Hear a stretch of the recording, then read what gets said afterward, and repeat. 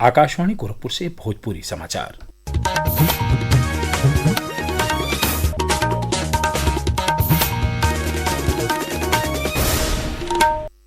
नमस्कार, समाचारन के साथे हम वेद प्रकाश पाठक। प्रधानमंत्री नरेंद्र मोदी कहले हमें कि दुनिया भारत पर भरोसा रखेले और भारत के साथे सेमीकंडक्टर का भविष्य बनावे बदे तैयारी हो। नई दिल्ली में यशोभूमि में आज सेमिकॉन इंडिया 2025 का उद्घाटन करत वहां के कहने की वो दिन दूर नहीं जब भारत का सबसे छोटहन चिप दुनिया में सबसे बड़हन बदलाव ले आई। 21वीं शताब्दी की शक्ति छोटी सी चिप में सिमट करके रह गई है। ये चिप भले छोटी सी है, लेकिन इसमें दुनिया की प्रगति को बड़ी गति देने की ताकत है और इसलिए ही आज सेमीकंडक्टर्स का ग्लोबल मार्केट $600 बिलियन तक पहुंच रहा है। प्रधानमंत्री कहना कि भविष्य में वैश्विक सेमीकंडक्टर बाजार $1 ट्रिलियन के पार कई जाई और जौने गति से भारत आगे बढ़ी रहल बा ओसे देश एह बाजार में एगो महत्वपूर्ण हिस्सेदारी हासिल कैलई। वहां के पहली तिमाही के जीडीपी आंकड़ा के बारे में कहने की भारत एक बेर फिर उम्मीद से बढ़िया प्रदर्शन कैले हो। एक तरफ जब दुनिया भर की इकोनॉमी में चिंताएं हैं, आर्थिक स्वार्थ से पैदा हुई चुनौतियां हैं, उस माहौल में भारत ने 7.8% की ग्रोथ हासिल करके दिखाई है और ये ग्रोथ हर सेक्टर में है, हर तरफ उत्साह नजर आ रहा है। इस मौका पर इलेक्ट्रॉनिक्स और सूचना प्रौद्योगिकी मंत्री अश्विनी वैष्णव कहने की भारत में सेमीकंडक्टर मिशन के शुरुआत के बाद से विश्व पुरहर भरोसा के साथे भारत की ओर देख रहा हो। इस समय देश में 5 गो सेमीकंडक्टर इकाइयन का निर्माण कार्य प्रगति पर बाटे।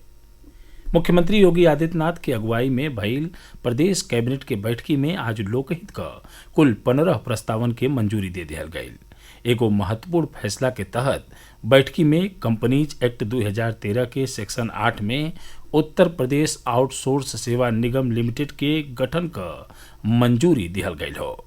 ई एगो पब्लिक लिमिटेड कंपनी हुई जेके नॉन प्रॉफिटेबल संस्था के रूप में चलावल जाई। एगो रिपोर्ट।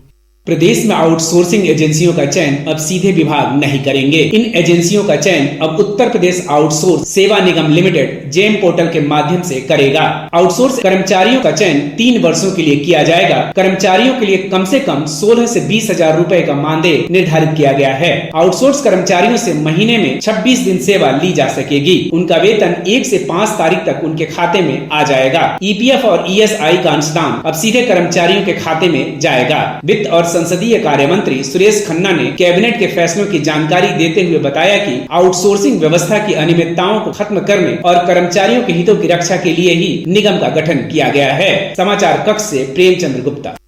कैबिनेट का और फैसलन में कानपुर और लखनऊ में नेट कास्ट कॉन्ट्रैक्ट मॉडल पर ई बसन का संचालन, निर्यात प्रोत्साहन नीति 2025-30 की मंजूरी और शाहजहांपुर जिला में स्वामी सुखदेवानंद विश्वविद्यालय की मंजूरी खास तौर पर शामिल हो।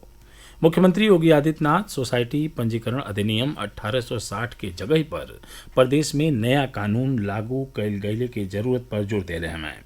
काली लखनऊ में अपने सरकारी आवास पर आयोजित एगो उच्च स्तरीय समीक्षा बैठकी में वहां के कहनी कि सोसाइटी के रूप में पंजीकृत संस्थानन का पंजीकरण, नवीनीकरण आ उनके संपत्तियन का पारदर्शी प्रबंधन के मजबूत करे बदे युगानुकूल और व्यवहारिक प्राविधान कैल जाए के चाहिए।